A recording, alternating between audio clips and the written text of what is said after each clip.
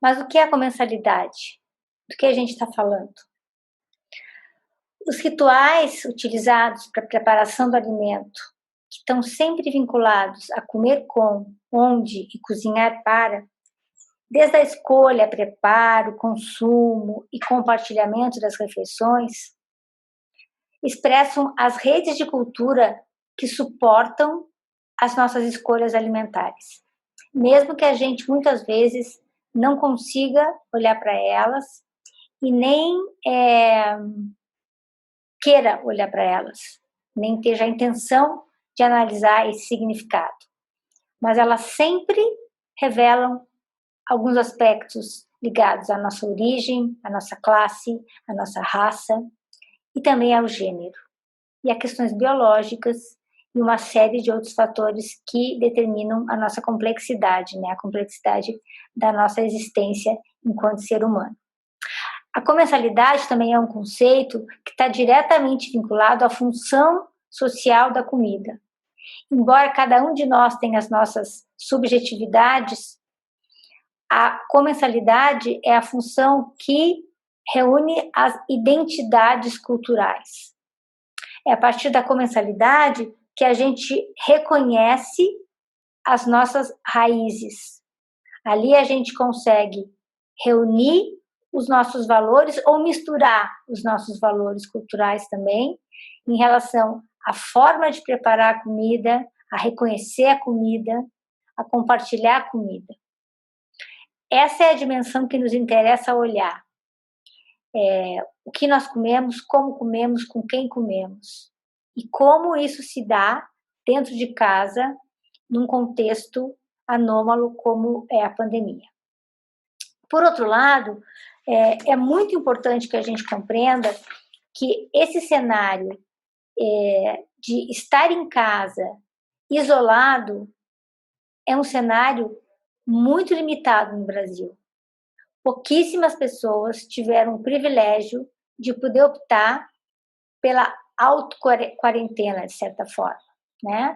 O Brasil não teve, nas épocas mais duras de contaminação de coronavírus, uma política sanitária coordenada ou uma orientação legal que normatizasse a quarentena como uma regra nacional. Portanto, a grande maioria da população brasileira não pôde praticar o isolamento social como uma medida protetiva. E isso, obviamente, teve reflexos importantes em relação ao padrão alimentar. Existe uma pesquisa bastante relevante do ponto de vista da representatividade, feita pela Fiocruz, chamada Convide Pesquisas de Comportamento, que tem uma natureza retrospectiva, foi feita pela internet, estudou uma amostra não probabilística, mas de 44.602 pessoas residentes do Brasil, foi calibrada de modo a reproduzir a distribuição sociodemográfica da população adulta brasileira. E seus resultados foram claros, indicando a piora da qualidade da alimentação no Brasil, com uma tendência ao aumento de alimentos ultraprocessados, como salgadinhos de pacote, biscoito, chocolates e pratos congelados. Ou seja, essa realidade que a gente se dispôs a analisar e compartilhar com você se refere a um percentual muito pequeno da população brasileira. Portanto, essa compreensão ela precisa ser explicitada para que a gente possa reconhecer a importância que as práticas de comensalidade têm, mas a invisibilidade que ela ainda representa num país tão desigual como o Brasil, né? Onde a gente tem questões fortíssimas e importantíssimas de serem resgatadas, principalmente em relação a gênero, a classe e a raça.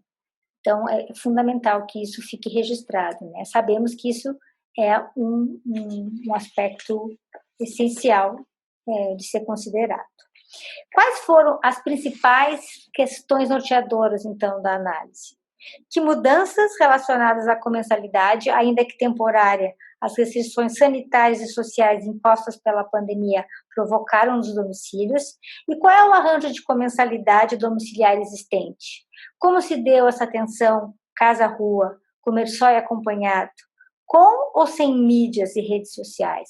Cozinhar, comprar ou pedir por aplicativos de deliveries de comida? Metodologia, como a gente realizou esse estudo. Primeiramente, é importante destacar que essa pesquisa não teve o curso de um estudo tradicional. O momento sanitário e político de completa anomalia social, pelos altos índices de contaminação que o Brasil se encontrava em relação à Covid-19, com taxas de morte e mortalidade que nos dias que o questionário foi divulgado na internet, alcançaram taxas de mais de 1.000 óbitos, demonstra claramente o nível de caos sanitário que o país enfrentava. É importante que isso seja registrado, que seja destacado, para que a gente lembre que a ousadia de ter colocado esse estudo em prática foi exatamente na perspectiva de analisar um fenômeno que acontecia em uma situação caótica e, portanto, existiam algumas situações adversas que nós decidimos enfrentar. Uma delas foi a questão da dificuldade de poder planejar formalmente um projeto de pesquisa e submeter ele às instâncias tradicionais, incluindo aos comitês de ética.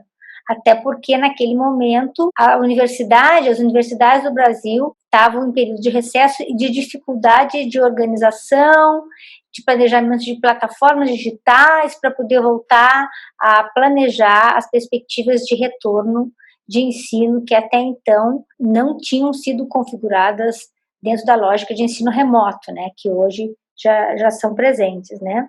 Então, em que pese as suas implicações, os riscos foram assumidos pela oportunidade do momento singular, por um momento efêmero, que impunha um limite de tempo, porque nós não sabíamos quanto tempo isso ia durar, e se tratando de uma pesquisa social, assumimos então a perspectiva de ter o anonimato como uma prerrogativa para garantir o sigilo necessário e a dimensão ética dos participantes dentro do processo de estudo. Portanto, o formulário não contava com nenhum campo para denominação de identificação, nem coleta de dados sociodemográficos. A pesquisa social no campo da educação popular, que é onde o projeto Multiplicação se situa do ponto de vista das ideias, é compreendida como um conjunto de processos que articulam a praxis, a teoria prática, de uma maneira comprometida com as realidades,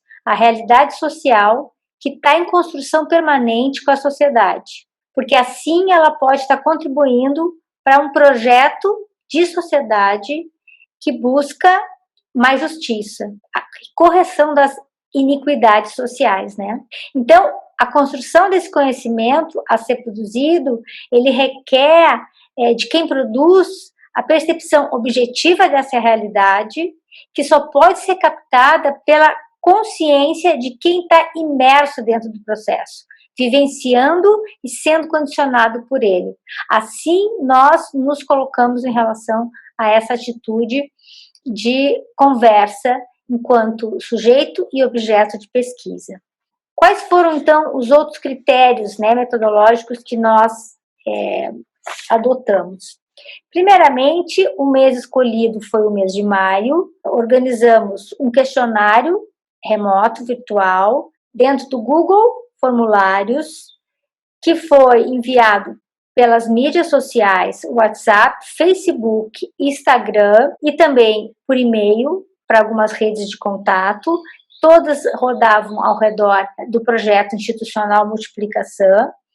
Haviam perguntas categóricas e abertas sobre essas mudanças percebidas no contexto da comensalidade, evidenciando, né, a perspectiva daquele momento específico do isolamento social. O formulário ele tinha 13 perguntas fechadas e 3 abertas. As perguntas abertas elas são mais subjetivas e não vão ser analisadas especificamente nesse momento. A gente vai deixar para fazer esse olhar ao longo desse processo de troca que a gente vai estabelecer aqui com vocês, e eu já vou explicar também.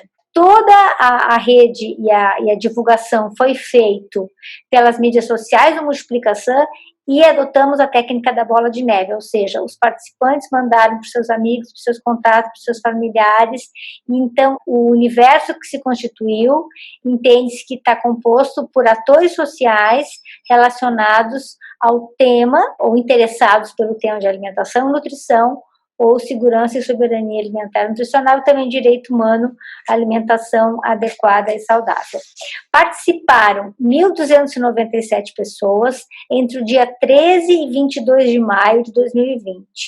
É importante destacar que o período originalmente pensado para divulgação do questionário foi de 15 dias, porém, a dinâmica das redes sociais em relação à coleta de dados, a qual a gente se dispõe também a fazer uma troca de aprendizados por ser um universo completamente novo, nos ensinou que 80% das participações desses 1.297 se deram nos primeiros 5 dias, na verdade, de divulgação, o que levou a concluir que 15 dias de divulgação não teria mais resposta, né? Então ele foi encurtado, em vez de 15 dias, para 7 dias de coleta de dados.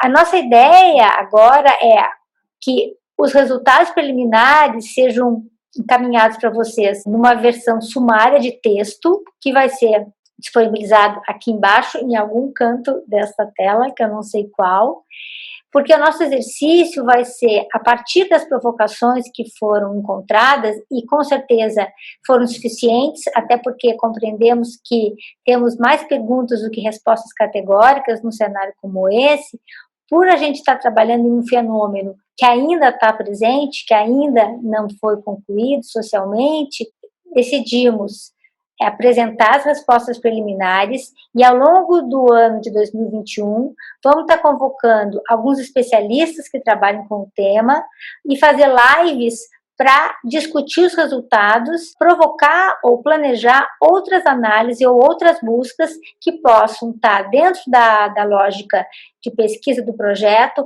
aprofundando e compartilhando com vocês que fazem parte da nossa rede, perguntas também, né, e reflexões, a fim de aprofundar mais esse tema, que é bastante importante e que nós temos a intenção de chamar comensalidade e desigualdades no contexto da alimentação e nutrição, né, que nos parece bastante interessante, na medida em que falar de comensalidade é falar do cotidiano, é falar das nossas práticas que envolvem o arroz e feijão, as escolhas, os ancestrais, né, todo o nosso repertório, que nem sempre é tão glamuroso quanto os programas de gastronomia costumam trazer.